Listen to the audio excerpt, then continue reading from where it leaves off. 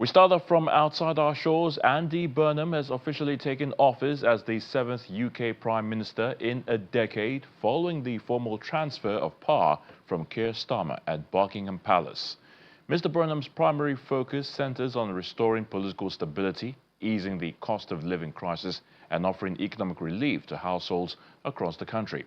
The former mayor of Greater Manchester returned to Parliament via a by-election before securing the Labour Party leadership following Mr. Starmer's resignation.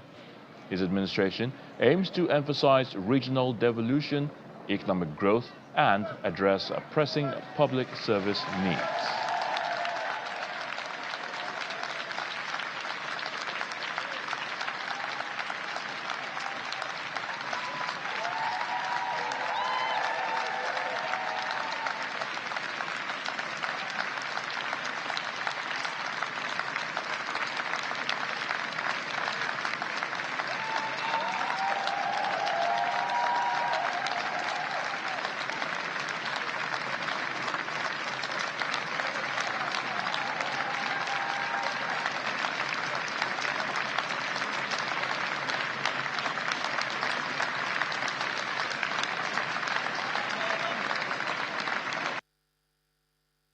I have accepted His Majesty the King's invitation to form a government.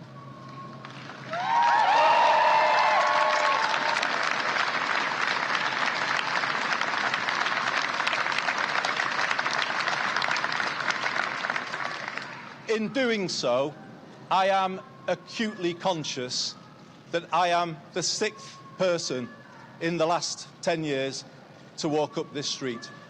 The 7th Prime Minister since 2016, making this a moment for reflection and new resolution.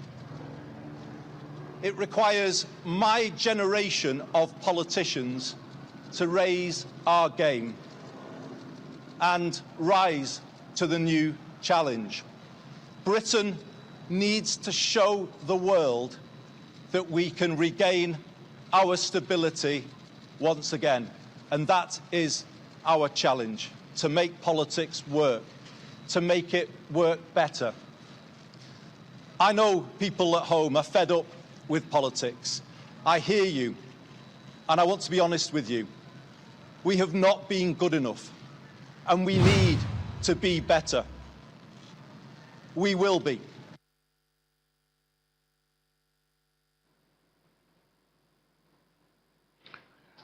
Right, let's get our Bureau Chief, London Bureau Chief Juliana, to give us more perspective on the change of power and what it actually means for UK politics going forward. Juliana, great to see you.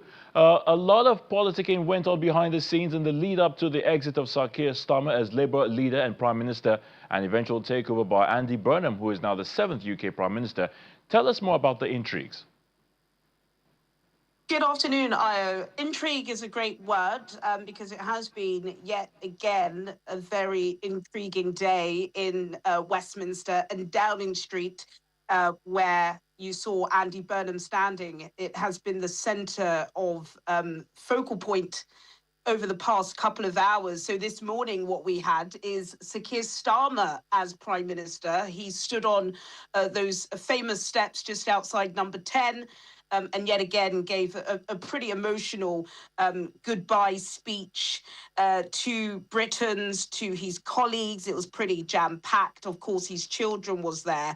And then he formally handed in his resignation to King Charles. And then, of course, just within a matter of moments, we had Andy Burnham alongside his wife, who you're seeing in those pictures, sitting with the King. This is something that he'll be doing on a weekly basis, of course, because we know, unlike the late Queen Elizabeth, King Charles is, I would say, probably more vocal. I think that may have come, or maybe one of Andy Burnham's first surprise, just how more involved His Majesty is with the goings-on in Downing Street.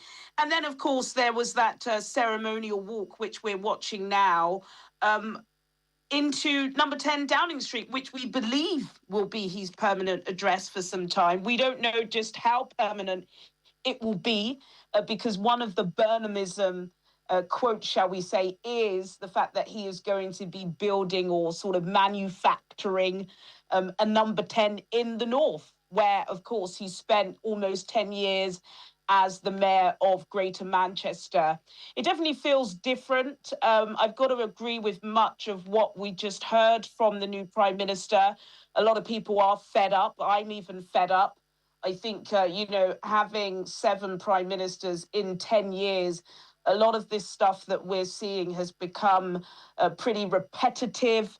I think that's going to be a huge challenge for Andy Burnham. To be fair, he conceded on all of those points. He knows that people are fed up. He knows that things need to change. One of the first changes we saw from him today is the fact that he didn't have a lectern. As you can see, he was talking without sort of the safety net of the podium. He just had those 2 microphone stands, which is very much like a news conference. And, if he didn't see the king today, it's very likely we wouldn't have seen him in a shirt and a tie. That's the kind of relaxed style Andy Burnham has. But yeah, it's been a busy day, a lot of politicking, as you said, a lot of theatre. But I think for the ordinary Brit, until we see some significant change, it really is, same old, same old. You pointed out, of course, 7 prime ministers in 10 years. That's quite remarkable, Juliana. But a lot of people would like to know, actually, what obstacles does Mr. Burnham need to overcome and to survive now that he's the prime minister? Gosh, it's a good question. There are plenty. I think, we only need to go back to listen to what he said. I suppose, this has been dragged out, right?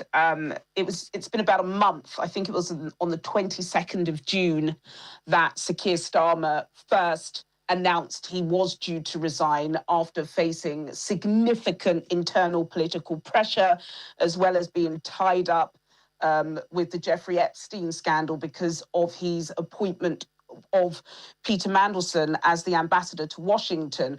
So that was nearly a month ago. And because we knew that Andy Burnham was going to be anointed rather than appointed, we've heard a lot of this rhetoric from him over the past couple of weeks. So he didn't say much today. There wasn't much policy insight, apart from the fact, which does seem to be quite significant, he said he wants to end homelessness, which is a huge challenge, a challenge that's likely going to cost him £500 million British pounds. How is he going to pay for that? He also mentioned education reforms, which we know is important. Andy Burnham may be a new face to some of our viewers, but he is not new in terms of his political career in Westminster. He's been a Labour MP before. He served as Health Secretary and Culture Secretary under the then Prime Minister Gordon Brown. So he's very experienced, and he, of course, is a significant Labour member of Parliament. He's Prime Minister.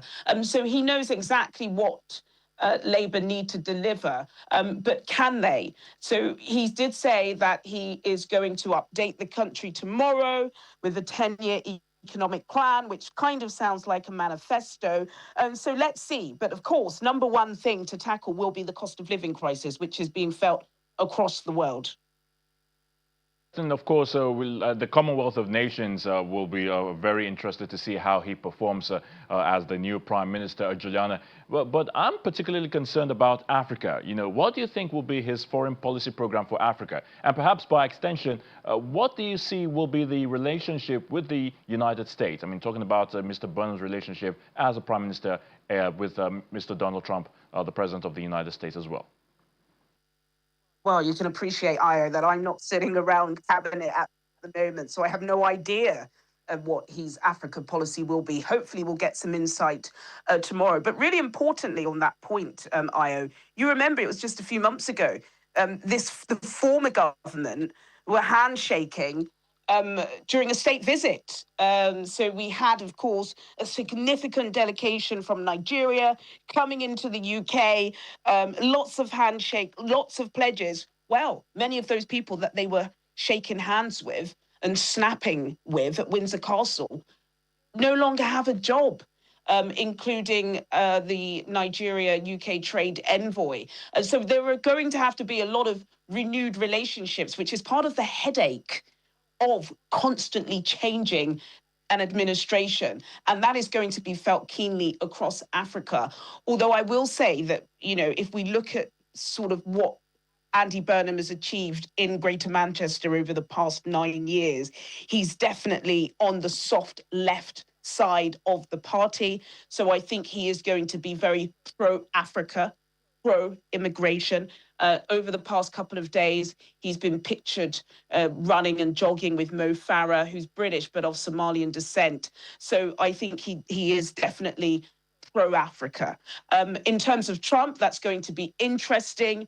Their personalities are starkly different. I think that Andy Burnham does appear to be a people pleaser. So I think he will do all he can to please Donald Trump. They've already exchanged some banter. I think Donald Trump referred to Manchester as that part of the country, which Burnham sort of laughed at but took offense to. Look, let's see. I think in terms of personality, goodness me, Andy Burnham is far more likable, far more personable than Sir Keir Starmer, which is part of Sir Keir Starmer's downfall. Some people thought he was too cold, too rigid. You're not going to get that with Andy Burnham. What you're going to get is selfies, jogging on the Thames, thumbs up pictures, and not too many ties. So I think in terms of being a leader on the world stage, he is likely to garner a lot of friendships, I think.